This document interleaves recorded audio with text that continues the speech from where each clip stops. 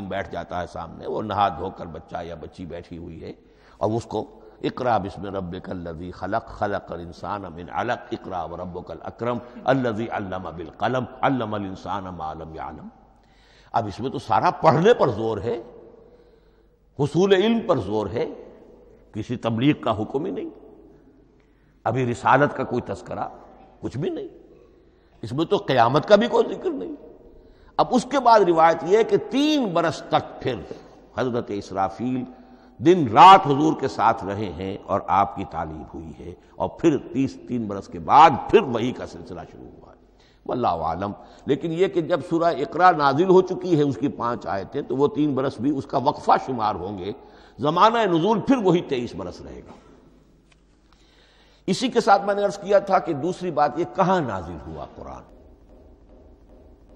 ایک لفظ میں تو یہ سمجھ لیجئے یہ حجاز میں نازل ہوا۔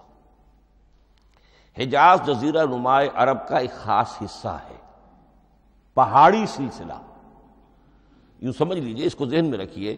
جزیرہ نما عرب جو ہے وہ شمال سے جنوب کی طرف چوڑا ہوتا جاتا ہے، شمال میں شام اور عراق کی طرف جاتا ہے تو وہ تنگ ہے، پھر نیچے چوڑا ہو رہا ہے۔ اس کا جو مغربی ساحل ہے، جس پر جدہ کی بندرگاہ بھی ہے، ینبو کی بھی ہے، اس کے کہیں وہ ایک میدان شروع ہوتا ہے ساحل سے، کہیں وہ بہت مختصر ہے، کہیں خاصا چوڑا ہے، اس کو کہتے ہیں تہامہ۔ پھر ایک پہاڑی سلسلہ ہے، اس کو کہتے ہیں حجاز۔ یہ پہاڑی سلسلہ جو ہے اس کے بعد جو ہے وہ نجد کہلاتا ہے، وہ سطح مرتفع ہے، پلیشو۔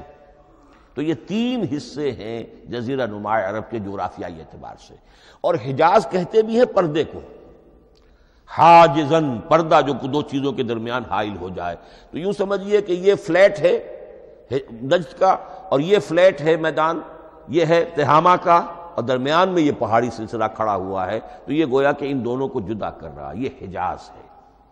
اس حجاز ہی کا شہر مکہ ہے، اس حجاز ہی کا شہر مدینہ ہے، اس حجاز ہی کا شہر طائف ہے، اس حجاز ہی کی آخری ٹپ سمجھ لیجئے تبوک ہے۔ تو حضور صلی اللہ علیہ وسلم کی پوری زندگی آغاز وحی کے بعد سے لے کر وہ اسی علاقے کے اندر، پہلے آپ مکے میں تھے، قرآن مجید کی جو صورتیں اس دور میں نازل ہوئیں یا آیتیں نازل وہ مکیات کہلاتی ہیں۔ پھر آپ نے ہجرت کی، اور ہجرت کر کے جب آپ جا رہے تھے اس دوران میں بھی کچھ قرآن نازل ہوا اثناء ہجرت میں۔ پھر آپ مدینہ تشریف فرما ہوئے، اب وہ ہم کہتے ہیں مدنی قرآن، لیکن مدنی قرآن سارا مدینے میں نازل نہیں ہوا۔ آپ کبھی جا رہے کسی مہم پر، کسی جنگ کے لیے، غزوہ بدر کے لیے آ گئے ہیں، تو وہاں جو آیات نازل ہو رہی ہیں وہ مدینے میں تو نہیں ہو رہی۔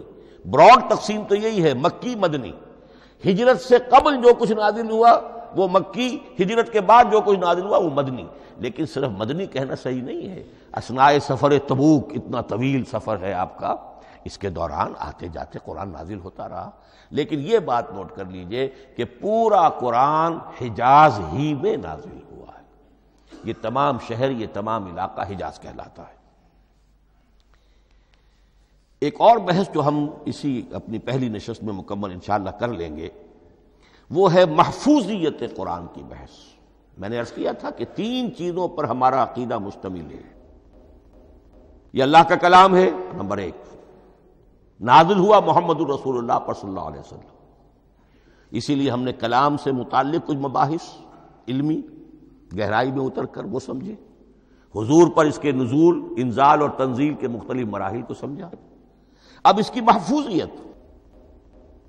محفوظیت کے اعتبار سے واقعہ یہ ہے کہ واحد کتاب ہے پوری دنیا میں، واحد کتاب جس کے بارے میں دشمن بھی تسلیم کرتے ہیں، چاہے وہ اسے اللہ کا کلام نہ مانے، لیکن یہ مانتے ہیں کہ بعین ہی وہ شے جو محمد نے اپنی امت کو دی تھی آج بھی امت کے پاس صحیح موجود ہے۔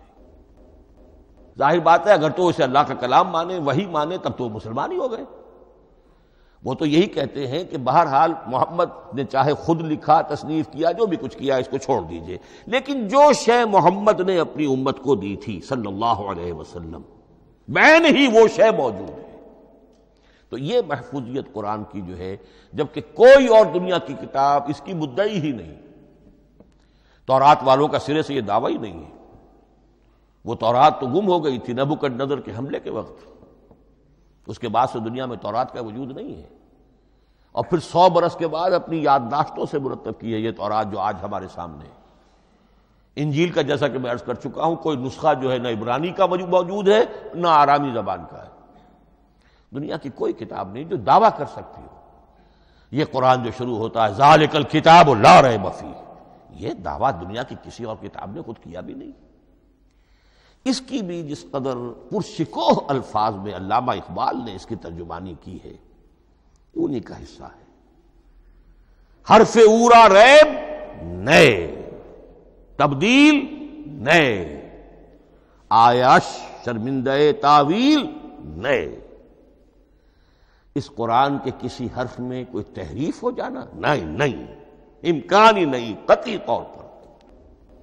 کسی لفظ کا بدل دیا جانا نہیں، حرف اورا ریب نئے، تبدیل نئے، اس میں کسی کا شک پر مبنی ہونا نہیں، آیاش شرمندہ تعویل نئے۔ اس کی آیت کوئی بھی ایسی نہیں جسے تروڑا مروڑا جا سکے، یہ اپنی حفاظت خود کرتی ہے۔ لا یاتیہ الباطل من بین یدیہ ولا من خلفہ، حامیم السجدہ کی آیت نمبر 42۔ اس پر باطل حملہ آور ہو ہی نہیں سکتا۔ انا نحن نزلنا الذکر وانا لہ لحافظون، ہم ہی نے یہ الذکر نازل کیا ہے اور ہم ہی اس کی حفاظت کرنے والے ہیں۔